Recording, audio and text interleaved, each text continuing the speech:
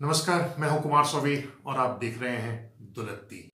घर के लोग परेशान हो, बाहर के लोगों ने घर में डेरा डाल दिया हो, घर का मुखिया फैसला कर रहा हो लेकिन फैसला को लागू नहीं किया जा रहा हो, नौकर चाकर कोई काम धाम नहीं कर रहे हैं, बाहरी बाबा बूबी का दबाव पड़ रहा है, तो इस स्थिति को आप क्या कहेंगे?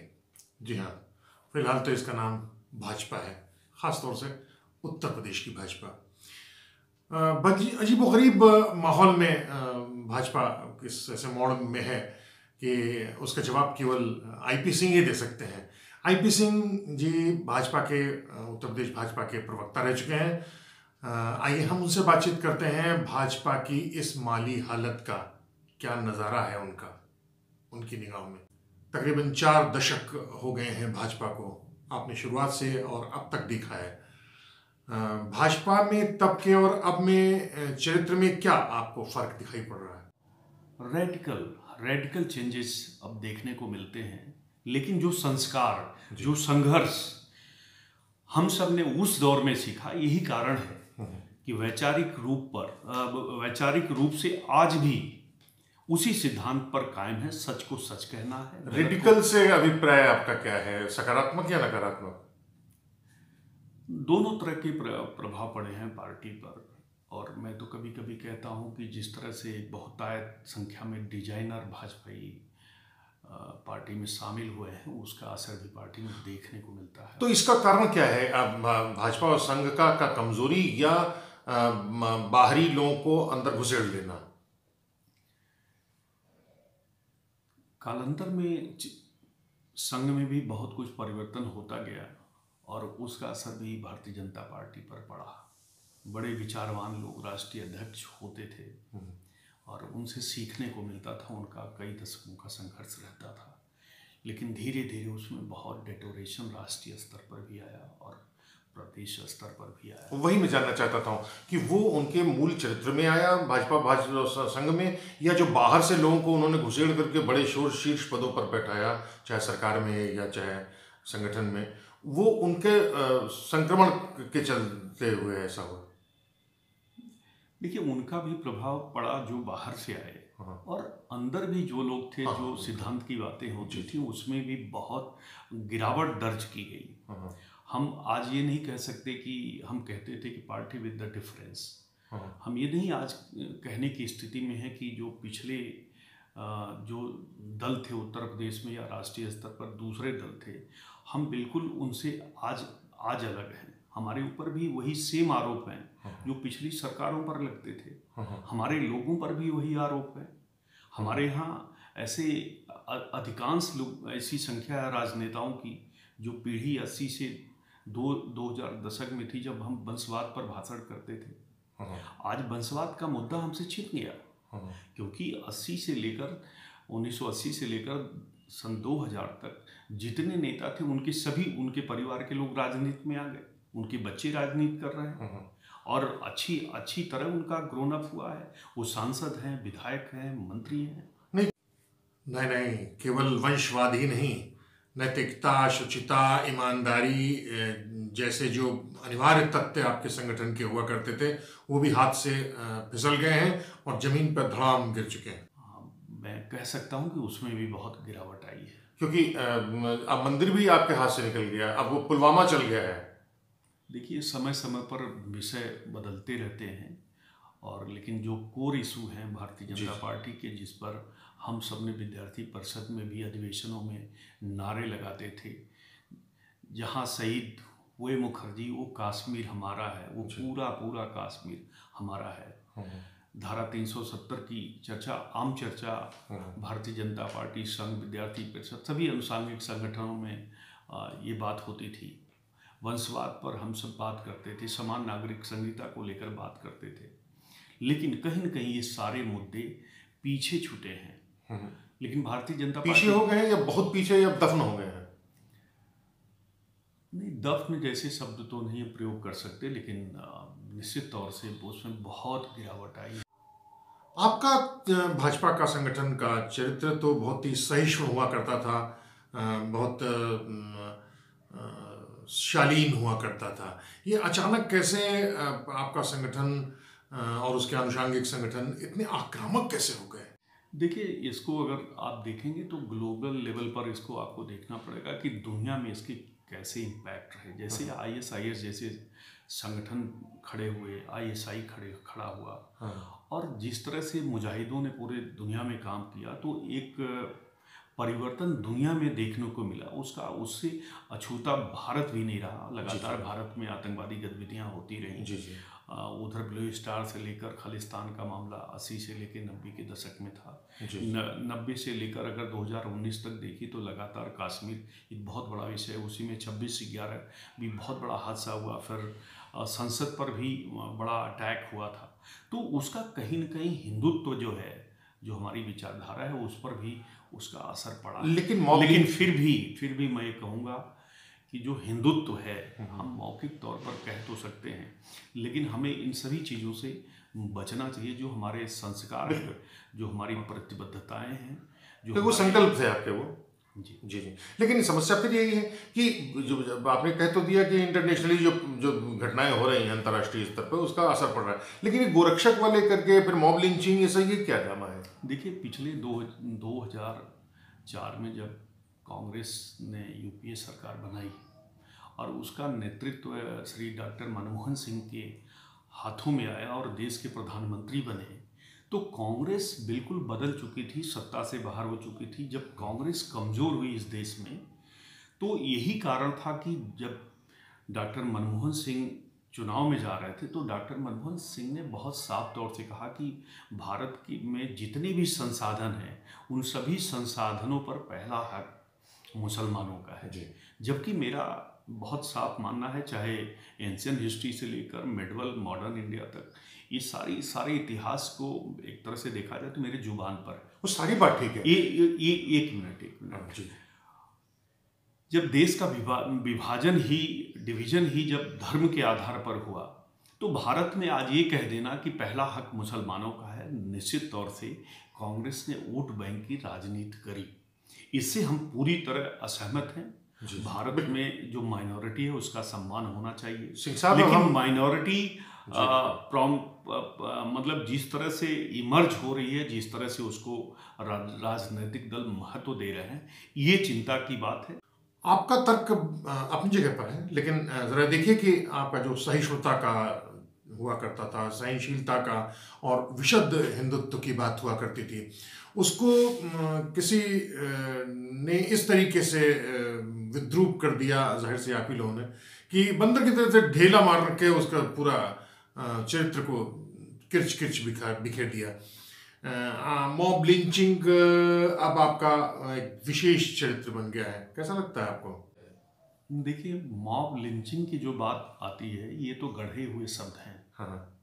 मॉब लिंचिंग में आप झारखंड को ले लीजिए, उड़ीसा को ले लीजिए, पश्चिम बंगाल को लीजिए, बिहार को लीजिए, उत्तर प्रदेश, नहीं, असम में भी है। असम में बहुत है। सुनिए, पूरे देश में इस तरह की घटनाएं, यहाँ तक कि डायन कहकर भी लोगों ने मार दिया है। और तत्काल अगर देखना है तो भी जब उत्तर प्रदेश में श्री अखिलेश यादव जी की सरकार थी, और यही लखनऊ से सटा हुआ प्रतापगढ़ कुंडा है, जहां एक डिप्टी एसपी को, जियाउल हक को पीट कर मार दिया गया। तो मॉब लिंचिंग ये नहीं कह देना चाहिए कि बिसाहड़ा में अखलाक को ही मार दिया गया तो साहब मॉब लिंचिंग हो गई और इस तरह की घटनाएं हो गई।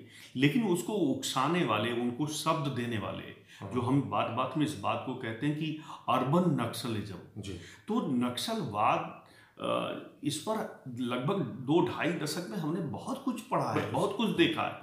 दुनिया से खत्म हो गया मार्क्सिज्म, दुनिया से खत्म हो गया साम्यवाद, और अभी भी जिस तरह भारत में खत्म नहीं हुआ, विचार के स्तर पे आज भी है, कोई भी विचार मरता नहीं है। खैर, हम जानना चाहते थे कि गोरक्षा को लेकर के जो नीतियां बनी, उसने कृषि को बहुत गंभीर नुकसान पहुंचाया है। किसान बेहद बेहाल और परेशान है। तो कभी इस बारे में पार्टी के तौर पर आपने कभी सरकार से बातचीत की? गोरक्षा को लेकर सिर्फ उत्तर प्रदेश नहीं, पूरे देश में चर्चा हो रही है। गोरक्षा, एक देखा जाए कि संविधान में भी इस बात को कहा गया है कि गाय जो है हमारी माँ का उन्हें दर्जा प्राप्त है, और हिंदू उन्हें माँ की तरह ही मानता है।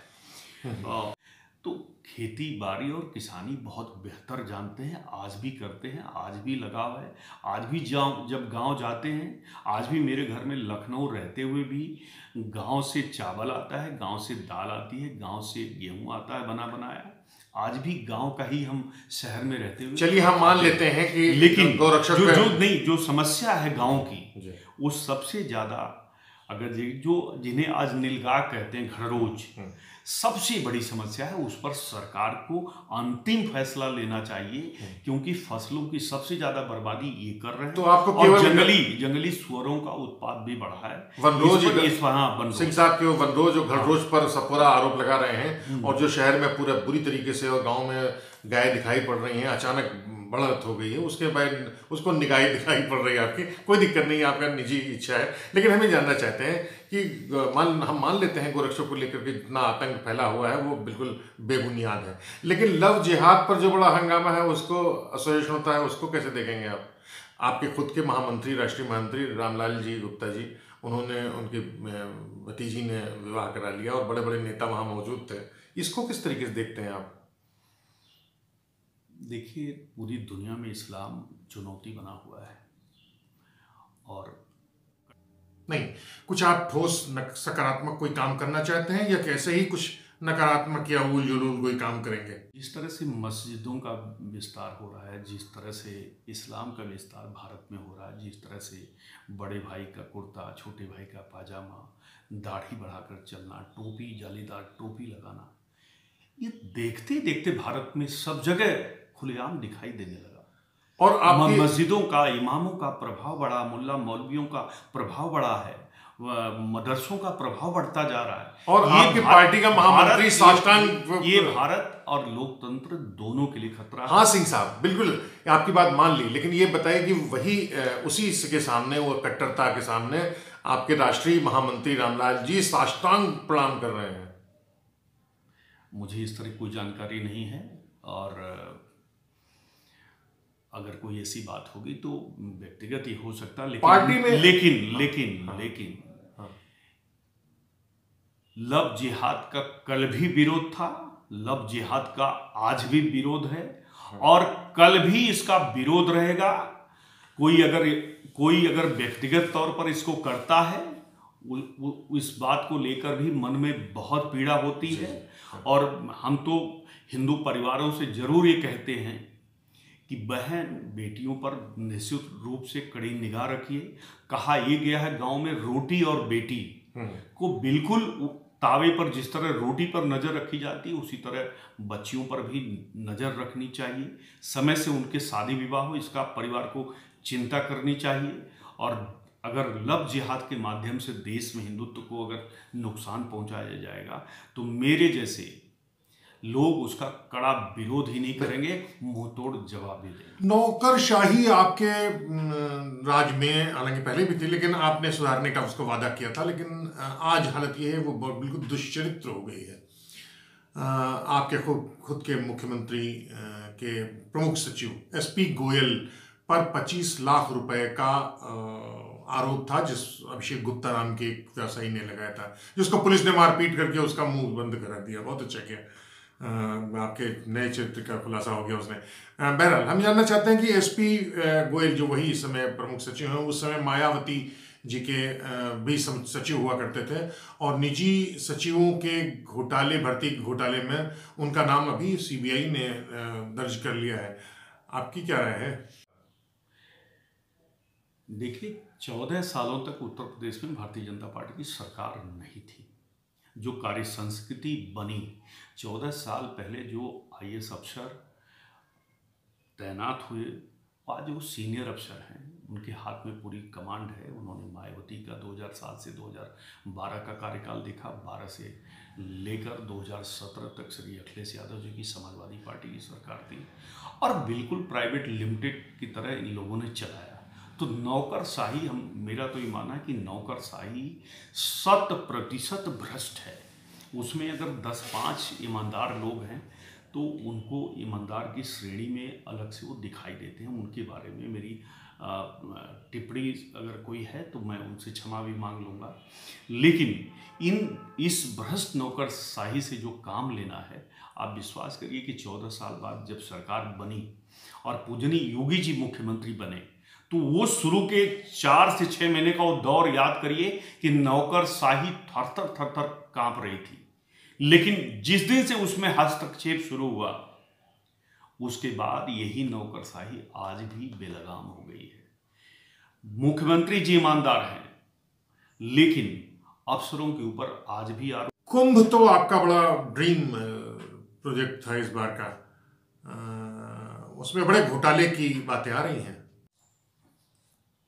देखिए, अगर कुंभ में घोटाले का आरोप लगाया जा रहा है विपक्ष द्वारा, तो ऐतिहासिक कुंभ भी हुआ है, पूरी दुनिया में उसका प्रचार प्रसार हुआ और तमाम राजनयिक संगम तट पर आए और उन्होंने देखा कि कैसे उत्तर प्रदेश इतना बड़ा आयोजन करता है, देश के लिए सम्मान की बात है। तो 2012 में जब समाजवादी पार्टी की सरकार बनी, उसके बाद कुंभ हुआ। तो तुलनात्मक अध्ययन मत कीजिए। एक मिनट, मियाँ आजम खान नगर विकास मंत्री थे, वो उसके मुखिया थे। तो 2012 से लेकर 2019 तक मुझे लगता है कि 10-12 हज़ार करोड़ रुपए कुंभ के नाम पर जो पैसा खर्च हुआ है, निश्चित तौर से इसका ऑडिट होना चाहिए, इसकी जांच होनी चाहिए और जांच अच्छी, और इस कुंभ की भी होनी चाहिए। मैंने कहा ना कि 2012 से लेके अगर आपत्तियां हैं तो, लेकिन पारदर्शिता सरकार ने बरती है। उसके बाद भी अगर अधिकारियों के स्तर पर लूटपाट हुई है तो निश्चित तौर से उसकी उच्च स्तरीय जांच होनी चाहिए। जो जबड़ी जांच एजेंसियां उनके माध्यम से हो जाए, जिससे दूध का दूध पानी का पानी। सिंह साहब, कहीं अनुप्रिया पटेल नाराज हैं, कभी ओम प्रकाश राजभर जो संगठन से इन दोनों लोग जुड़े हुए हैं, वो लोग जो भाजपा में खुद थे, जो सवित्रा फुले थे, उनको लेकर के विवाद खड़ा हो गया है। आपके चांदपुर बिजनौर की एक विधायक हैं, उनको सेक्स स्कैंडल को लेकर के बड़ा विवाद खड़ा हो गया है। बहराइच की अनुपमा जायसवाल है, जैसे बहुत सारे ऐसे लोग हैं। ये अजीब सी माहौल आपने बना रखा है, कैसा लग रहा है आपको? कुमार साहब, जब पिछली सरकार हमारी 14 साल पहले की सरकार थी, मुझे इस बात का गर्व भी होता है, मैं भी उस सरकार का पार्ट था, हिस्सा था। माननीय कल्याण सिंह जैसे उत्तर प्रदेश के मुख्यमंत्री थे। किसी कैबिनेट मिनिस्टर या स्वतंत्र प्रभार मंत्री या किसी मंत्री की हिम्मत नहीं होती थी कि वो सोमवार से लेकर और शुक्रवार की शाम तक वो लखनऊ छोड़ दे। शुक्रवार की शाम या शनिवार और रविवार को मंत्री दौरों पर जाते थे, मुख्यमंत्री भी दौरे पर जाते थे, लेकिन सुबह 10:30 बजे तक वो अपने आवास पर जनता से मिलते रहते थे, उनके काम करते थे। विधानसभा के अंदर 10 बजे के बाद शाम 5 बजे 6 बजे तक आम कार्यकर्ता, आम जनता भी विधानसभा के अंदर जाकर अपने मंत्रियों से मिलती थी, अपने काम कहते थे। लेकिन दुर्भाग्यपूर्ण स्थिति है कि कोई भी मंत्री और अफसर अपने दफ्तरों में नहीं बैठता है। अगर नहीं बैठेंगे तो काम कैसे होगा, उसकी समीक्षा कैसे होगी, उस पर फैसले कैसे होंगे। तो ये 2 वर्ष पूरे होने जा रहे हैं और मैं तो पूजनीय योगी जी से भी बार बार निवेदन करता हूं कि महाराज जी, हमें कहीं न कहीं देवेंद्र फडणवीस जी से भी सीखना चाहिए। कहीं न कहीं हमें जो तेलंगाना और आंध्रा में चीफ मिनिस्टर हैं, उनकी कार्यशैली भी बहुत बेहतर रही है, पूरा उसका अप्रिशिएट किया जाता है। फिर तो ये हालात ये हैं कि अगर आपको भाजपा की हालात को सुधारना होगा तो बलि लेनी होगी। किसकी बलि लेंगे आप? समय निकल गया। अच्छा, समय निकल गया। पिछली बार आपको 73 सीट मिली थी, इस बार कितना मिलेगा समय निकल जाने के बाद? देखिए, बहुत गंभीर बात आपने पूछी कि कितनी सीट मिलेगी। अगर तालाब में मछली है तो कोई भी जाल डाल देंगे, मछली आएगी। अगर तालाब में मछली नहीं है और सोने का जाल और बहुत अच्छा मछुआरा, बहुत बढ़िया रणनीतिकार हो, तो मछली कैसे फंसेगी जब मछली है ही नहीं तालाब में। तो जो योजनाएं जो बनाई जाती हैं, जो रणनीतिकार हैं, उनको इस बात को सोचना चाहिए कि 2002 से लेकर 2014 तक यही उत्तर प्रदेश था, यही देश था। और 2014 से पहले की स्थिति को हमें नहीं भूलना चाहिए। तब भी हमारी कार्य योजना बनती थी, तब भी हमारे पन्ना प्रमुख थे, तब भी रणनीतिकार थे, लेकिन हम ढाक के 3 पार थे। तो जनता सबसे अहम है, प्रधानमंत्री जी का चेहरा है। और आज निश्चित तौर से देखा जाए तो योगी जी ने अपने 2.25 साल के कार्यकाल में भी एक उनकी पर्सनालिटी उभर कर आई है। ये 2 ऐसे चेहरे हैं जिसके आधार पर हम कह सकते हैं कि उत्तर प्रदेश की जनता भारतीय जनता पार्टी को बहुमत दे सकती है। नहीं दे सकती है, लेकिन रुदाली का भाव पार्टी के अंदर भी है और पूरी ब्यूरोक्रेसी में है। तो ऐसी हालत में क्या हम लोगों के रुदाली यानी रुदाली का भाव कुछ पूरे भाजपा में फैल गया है। रुदाली वाले बैंड वाले में अपना बजा रहे हैं। नौकरशाही के सहारे अगर सरकार बनाने का प्रयास होगा, जो प्रयास मायावती ने किया, नौकरशाही के हाथ में सब कुछ दे दिया और लुट गई, बर्बाद हो गई, शून्य पर आ गई। और फिर वही गलती श्री अखिलेश यादव जी ने किया, उसी नौकरशाही के हाथ में सब कुछ थमा दिया।